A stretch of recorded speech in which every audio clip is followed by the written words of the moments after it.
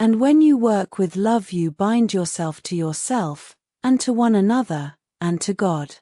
And what is it to work with love? It is to weave the cloth with threads drawn from your heart, even as if your beloved were to wear that cloth. It is to build a house with affection, even as if your beloved were to dwell in that house. It is to sow seeds with tenderness and reap the harvest with joy, even as if your beloved were to eat the fruit. It is to charge all things you fashion with a breath of your own spirit, and to know that all the blessed dead are standing about you and watching. Often have I heard you say, as if speaking in sleep, he who works in marble, and finds the shape of his own soul in the stone, is nobler than he who plows the soil. And he who seizes the rainbow to lay it on a cloth in the likeness of man, is more than he who makes the sandals for our feet. But I say, not in sleep but in the overwakefulness of noontide, that the wind speaks not more sweetly to the giant oaks than to the least of all the blades of grass, and he alone is great who turns the voice of the wind into a song made sweeter by his own loving. Work is love made visible. And if you cannot work with love but only with distaste, it is better that you should leave your work and sit at the gate of the temple and take alms of those who work with joy. For if you bake bread with indifference, you bake a bitter bread that feeds but half man's hunger. And if you grudge the crushing of the grapes, your grudge distills a poison in the wine. And if you sing though as angels, and love not the singing, you muffle man's ears to the voices of the day and the voices of the night. Then a woman said, Speak to us of, and he answered, Your joy is your sorrow unmasked. And the self-same well from which your laughter rises was oftentimes filled with your tears. And how else can it be? The deeper that sorrow carves into your being, the more joy you can contain. Is not the cup that holds your wine the very cup that was burned in the potters, and is not the lute that soothes your spirit the very wood that was hollowed with knives? When you are joyous, look deep into your heart and you shall find it is only that which has given you sorrow that is giving you joy. When you are sorrowful, look again in your heart, and you shall see that in truth you are weeping for that which has been your delight. Some of you say, Joy is greater than sorrow, and others say, Nay, sorrow is the greater. But I say unto you, they are together they come, and when one sits alone with you at your board, remember that the other is asleep upon your bed. Verily you are suspended like scales between your sorrow and your joy. Only when you are empty are you at standstill and balanced. When the treasure-keeper lifts you to weigh his gold and his silver, needs must your joy or your sorrow rise. Or then a mason came forth and said, and he answered and said, Build of your imaginings a bower in the wilderness ere you build a house within the city walls. For even as you have homecomings in your twilight, so has the wanderer in you, the ever distant and alone. Your house is your larger body. It grows in the sun and sleeps in the stillness of the night, and it is not dreamless. Does not your house dream? And dreaming, leave the city for grove. Would that I could gather your houses into my hand, and like a sower scatter them in forest and meadow. Would the valleys were your streets, and the green paths your alleys, that you might seek one another through vineyards, and come with the fragrance of the earth in your garments. But these things are not yet to be. In their fear your forefathers gathered you too near together. And that fear shall endure a little longer. A little longer shall your city walls separate your hearths from your fields. And tell me, people of Orphalese, what have you in these houses? And what is it you guard with fastened doors? Have you peace, the quiet urge that reveals your power? Have you remembrances, the glimmering arches that span the summits of the have you beauty, that leads the heart from things fashioned of wood and stone to the holy mountain? Tell me, have you these in your houses? Or have you only comfort, and the lust for comfort, that stealthy thing that enters the house a guest, and then becomes a host, and then a master. And it becomes a tamer, and with hook and scourge makes puppets of your larger desires. Though its hands are silken, its heart it lulls you to sleep only to stand by your bed and jeer at the dignity of thee. It makes mock of your sound senses, and lays them in thistledown like fragile. Verily the lust for comfort murders the passion of the soul, and then walks grinning in the funeral. But you, children of space, you restless in rest, you shall not be trapped, nor your house shall be not an anchor, but or it shall not be a glistening film that covers a wound, but an eyelid that guards the eye. You shall not fold your wings that you may pass through doors, nor bend your heads that they strike not against a ceiling, nor fear to breathe lest walls should crack and fall down. You shall not dwell in tombs made by the dead for the living. And though of magnificence and splendor, your house shall not hold your secret nor shelter your longing. For that which is boundless in you abides in the mansion of the sky, whose door is the morning mist, and whose windows are the songs and the silences. And the weaver said, Speak to us of, and he answered, Your clothes conceal much of your beauty, yet they hide not thee, and though you seek in garments the freedom of privacy, you may find in them a harness and a chain. Would that you could meet the sun and the wind with more of your skin and less of your raiment, for the breath of life is in the sunlight and the hand of life is in the sum of you. Say, it is the north wind who has woven the clothes we wear. And I say, it was the north wind, but shame was his loom, and the softening of the sinews was his thread. And when his work was done he laughed in the forest. Forget not that modesty is for a shield against the eye of thee, and when the unclean shall be no more, what were modesty but a fetter and a fouling of the mind? And forget not that the earth delights to feel your bare feet, and the winds long to play with your hair. And a merchant said, Speak to us of, and he answered and said, To you the earth yields her fruit, and you shall not want if you but know how to fill your hands.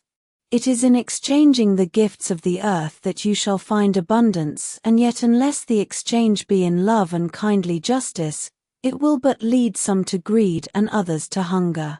When in the marketplace you toilers of the sea and fields and vineyards meet the weavers and the potters and the gatherers of spices, invoke then the master spirit of the earth, to come into your midst and sanctify the scales and the reckoning that weighs value against value. And suffer not the barren-handed to take part in your transactions, who would sell their words for your labor. To such men you should say, Come with us to the field, or go with our brothers to the sea and cast your for the land, and the sea shall be bountiful to you even as to us. And if there come the singers and the dancers and the flute players, buy of their gifts also. For they too are gatherers of fruit and frankincense, and that which they bring, though fashioned of dreams, is raiment and food for your soul. And before you leave the marketplace, see that no one has gone his way with empty hands. For the master spirit of the earth shall not sleep peacefully upon the wind till the needs of the least of you are. Then one of the judges of the city stood forth and said, Speak to us of, and he answered, saying, It is when your spirit goes wandering upon the wind, that you, alone and unguarded, commit a wrong unto others, and therefore unto and for that wrong committed must you knock and wait a while unheeded at the gate of the blessed. Like the ocean is your God-self, it remains forever undefiled. And like the ether it lifts, but the even like the sun is your God-self, it knows not the ways of the mole nor seeks it the holes of the serpent. But your God-self dwells not alone in your being. Much in you is still man, and much in you is not yet man, but a shapeless pygmy that walks asleep in the mist searching for its own. And of the man in you would I now speak. For it is he and not your God-self nor the pygmy in the mist, that knows crime and the punishment of crime. Oftentimes have I heard you speak of one who commits a wrong as though he were not one of you, but a stranger unto you and an intruder upon your world. But I say that even as the holy and the righteous cannot rise beyond the highest which is in each one of you, so the wicked and the weak cannot fall lower than the lowest which is in you, and as a single leaf turns not yellow but with the silent knowledge of the whole tree, so the wrongdoer cannot do wrong without the hidden will of you. Like a procession you walk together towards your God-self. You are the way and the wayfarers. And when one of you falls down, he falls for those behind him, a caution against the stumbling stone. And he falls for those ahead of him, who though faster and surer of foot, yet removed not the stumbling stone. And this also, though the word lie heavy upon your hearts, the murdered is not unaccountable for his own murder, and the robbed is not blameless in being the righteous is not innocent of the deeds of the wicked, and the white-handed is not clean in the doings of the felon. Yea, the guilty is oftentimes the victim of the injured, and still more often the condemned is the burden-bearer for the guiltless and unblamed. You cannot separate the just from the unjust and the good from the wicked, for they stand together before the face of the sun, even as the black thread and the white are woven together. And when the black thread breaks, the weaver shall look into the whole cloth, and he shall examine the loom also. If any of you would bring to judgment the unfaithful wife, let him also weigh the heart of her husband in scales, and measure his soul with measurements. And let him who would lash the offender look unto the spirit of the offended. And if any of you would punish in the name of righteousness and lay the axe unto the evil tree, let him see to it, and verily he will find the roots of the good and the bad, the fruitful and the fruitless, all entwined together in the silent heart of the earth. And you judges who would be just, what judgment pronounce you upon him who though honest in the flesh yet is a thief in spirit? What penalty lay you upon him who slays in the flesh yet is himself slain in thee? And how prosecute you him who in action is a deceiver and an oppressor, yet who also is aggrieved and outraged? And how shall you punish those whose remorse is already greater than there is not remorse the justice which is administered by that very law which you would fain serve? Yet you cannot lay remorse upon the innocent nor lift it from the heart of the guilty. Unbidden shall it call in the night, that men may wake and gaze upon. And you who would understand justice, how shall you unless you look upon all deeds in the fullness? Only then shall you know that the erect and the fallen are but one man standing in twilight between the night of his pygmy-self and the day of his God-self, and that the cornerstone of the temple is not higher than the lowest stone in its foundation. Then a lawyer said, But what of our? And he answered, You delight in laying down laws, yet you delight more in breaking them. Like children playing by the ocean who build sand towers with constancy and then destroy them with laughter. But while you build your sand towers, the ocean brings more sand to the shore, and when you destroy them, the ocean laughs with you.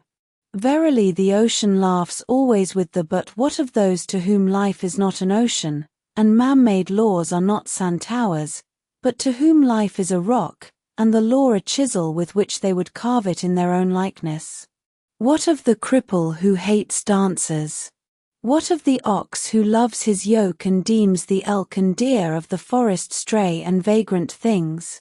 What of the old serpent who cannot shed his skin, and calls all others naked? And of him who comes early to the wedding feast, and when overfed and tired goes his way, saying that all feasts are violation, and all feasters? What shall I say of these, save that they too stand in the sunlight, but with their backs to the sun? They see only their shadows, and their shadows are their laws.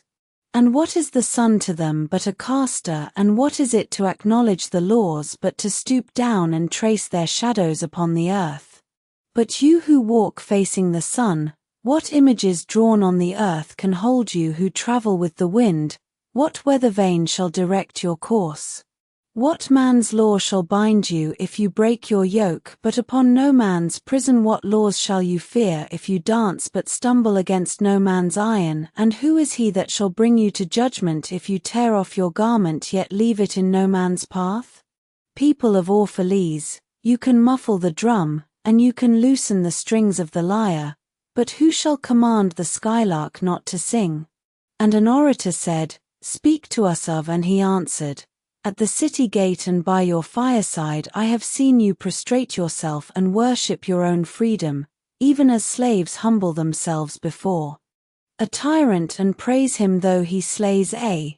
In the grove of the temple and in the shadow of the citadel I have seen the freest among you wear their freedom as a yoke and a handcuff. And my heart bled within me, for you can only be free when even the desire of seeking freedom becomes a harness to you, and when you cease to speak of freedom as a goal and a fulfillment. You shall be free indeed when your days are not without a care nor your nights without a want and a grief, but rather when these things girdle your life and yet you rise above them naked and unbound. And how shall you rise beyond your days and nights unless you break the chains which you at the dawn of your understanding have fastened around your noon hour? In truth, that which you call freedom is the strongest of these chains, though its links glitter in the sun and dazzle your eyes. And what is it but fragments of your own self you would discard that you may become free? If it is an unjust law you would abolish, that law was written with your own hand upon your own forehead. You cannot erase it by burning your law books nor by washing the foreheads of your judges, though you pour the sea upon them. And if it is a despot you would dethrone, see first that his throne erected within you is destroyed. For how can a tyrant rule the free and the proud, but for a tyranny in their own freedom and a shame in their own? And if it is a care you would cast off, that cart has been chosen by you rather than imposed upon you. And if it is a fear you would dispel, the seat of that fear is in your heart and not in the hand of the feared. Verily all things move within your being in constant half-embrace, the desired and the dreaded, the repugnant and the cherished, the pursued and that which you would escape. These things move within you as lights and shadows in pairs that cling. And when the shadow fades and is no more, the light that lingers becomes a shadow to another light. And thus your freedom, when it loses its fetters, becomes itself the fetter of a greater freedom. And the priestess spoke again and said, Speak to us of reason, and he answered, saying, Your soul is oftentimes a battlefield, upon which your reason and your judgment wage war against your passion, and your would that I could be the peacemaker in your soul, that I might turn the discord and the rivalry of your elements into oneness and melody. But how shall I, unless you yourselves be also the peacemakers, nay, the lovers of all your elements? Your reason and your passion are the rudder and the sails of your seafaring. If either your sails or your rudder be broken, you can but toss and drift, or else be held at a standstill in mid-seas. For reason, ruling alone, is a force confining, and passion, unattended, is a flame that burns to its own destruction. Therefore let your soul exalt your reason to the height of passion, that it may sing, and let it direct your passion with reason, that your passion may live through its own daily resurrection, and like the phoenix rise above its own. I would have you consider your judgment and your appetite even as you would two loved guests in your house.